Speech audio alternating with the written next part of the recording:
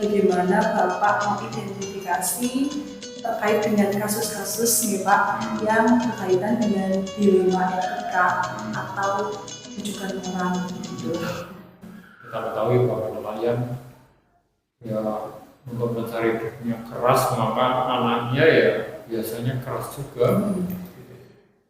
Jadi motivasi untuk belajar kalau anak-anak yang tingkat bawah itu biasanya sangat kurang sehingga problematika anak itu muncul, dimulai dari kedisiplinan, kemudian motivasi yang kurang ini muncul seringkali sehingga menimbulkan persoalan di dewan guru bermasalah. Kemudian ketika masalahnya sangat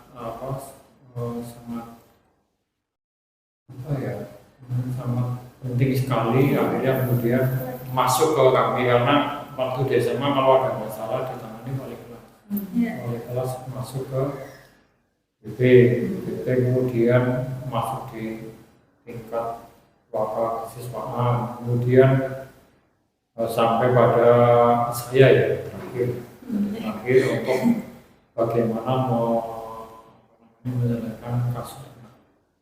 Dan yang kasus yang paling banyak memang yang pertama adalah kedisiplinan. Hanya kurang disiplin baik ketika masuk ataupun mungkin yang paling banyak ya bahkan tidak masuk sekolah, karena motivasinya rendah ya. Tidak masuk sekolah, kalau tidak masuk sekolah maka muncul persoalan-persoalan nanti ketika guru mulai mengisi nilai. Kemudian ada yang tidak begitu lama, harian, ulangan semester, bahkan ujian. Nah, ini kita mau kasusnya seperti itu. Kalau di SMK Migas ini, karena SMK ini kan berbeda dengan SMA. Kalau SMK ini kita mengawal dari pembelajaran sampai dengan keluar bekerja atau yang lain. Jadi memang sangat beda sekali, sehingga sementara selama 8 tahun ini masalahnya yang muncul tidak banyak. Tapi ya kaitannya dengan tadi apa? Dilema etika. Ya, dilema etika ya. Wah ini bahkan mungkin sering berhadapan. Saya ya di SMK Migas ini kan kita di bawah Yayasan Muhammadiyah. Nah, kalau tujuan Muhammadiyah sendiri kan gerakan amar ma'ruf nahi munkar, mengajak kebaikan, mengajak untuk tidak berbuat tidak baik. Ada dua sisi. Nah, kalau mengajak kebaikan ya ini memang ya kita wajibkan semuanya ya, baik guru, karyawan, untuk selalu mengajak kebaikan ke siapa aja di lingkungan sekolah, ke anak, ke orang tua, kemudian masyarakat juga. Nah, kemudian untuk kaitannya dengan penyelesaian masalah ini, selama ini yang ada masalahnya paling kaitannya ya disiplin ada, kemudian narkoba juga ada, narkoba ada, kemudian yang baru-baru ini perkelahian juga ada. Kompleks ya Pak? Kompleks sekali. Karena SMK sehingga ketika ada kasus kita ya ada kaitannya dengan kepentingan dakwah. Jadi misalkan ada suatu kasus anak tidak disiplin ya, tidak disiplin, maka kalau tatipnya sudah memenuhi syarat kan harus dikeluarkan. Memang kita tidak seperti itu. Jadi ada semacam apa namanya, Proses. ya, proses toleransi kepada yang bersangkutan karena misinya berdakwah. Jadi tidak harus misalkan kalau dengan melanggar tatib otomatis nanti dikeluarkan, ya tidak seperti itu. Kita ada kebijakan lain agar anak ini ya kembali ke jalannya.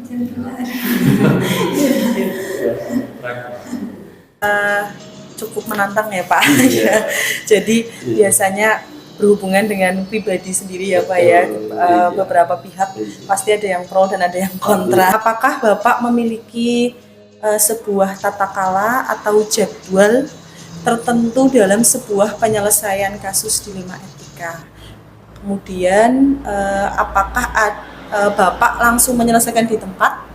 Tadi sudah disampaikan ya Pak, tidak langsung diselesaikan atau memiliki sebuah jadwal untuk menyelesaikannya?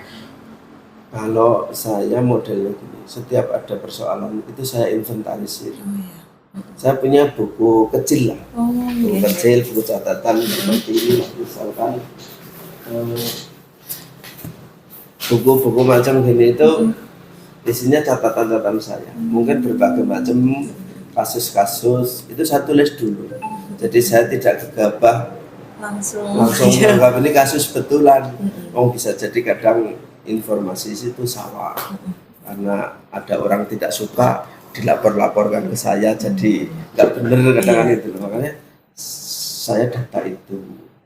Nah, sehingga penyelesaiannya saya yang melihat situasi, nunggu waktu saya mendapatkan data yang sebenarnya. Tidak pernah saya jadwal. Ya, tetapi saya selalu mencari jalan keluar.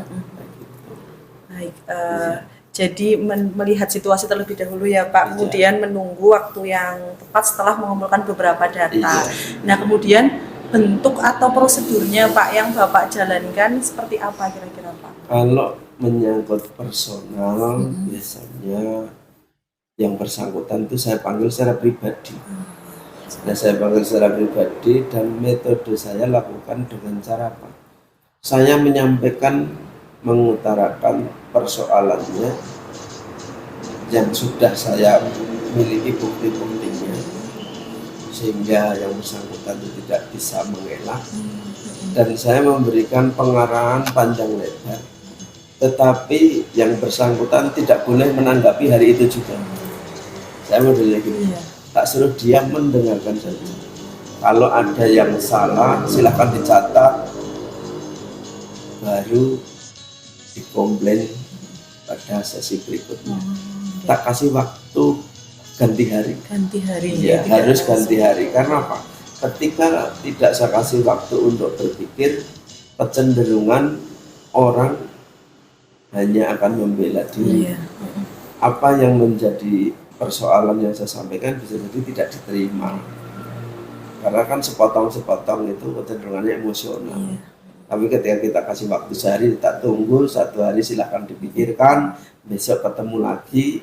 Jenengan ada persoalan yang bisa disampaikan ke saya, ada yang tidak cocok dengan pernyataan saya, ada yang perlu dikonfirmasi, silahkan dikonfrontasi besok. Nah, begitu. Nah, hari kedua itu pun saya tidak ambil keputusan. Nanti setelah ketemu, kita jeda waktu lebih panjang lagi, paling tidak 1 minggu. Ada perkembangan apa tidak, itu kita amati. Orang kan kadang kalau sehari gampang masih ingat dengan omongan saya, orang berubah kan. Tapi kalau udah 1 minggu itu kadang lupa, sudah lupa ke omongan dengan saya, akhirnya ya bisa berbuat lagi seperti itu yang tidak pas. Tahapannya gitu. Di prosedurnya luar biasa ini ya Pak, menjadi ilmu. baru Hanya juga. itu pengalaman pribadi, nggak ada Nggih. di teori. Iya. Iya. Nggak ada di teori. Iya, jadi ketika mengambil keputusan sudah dalam keadaan yang tenang begitu ya Iya. Pak, kemudian juga melalui beberapa tahap tidak Betul. langsung.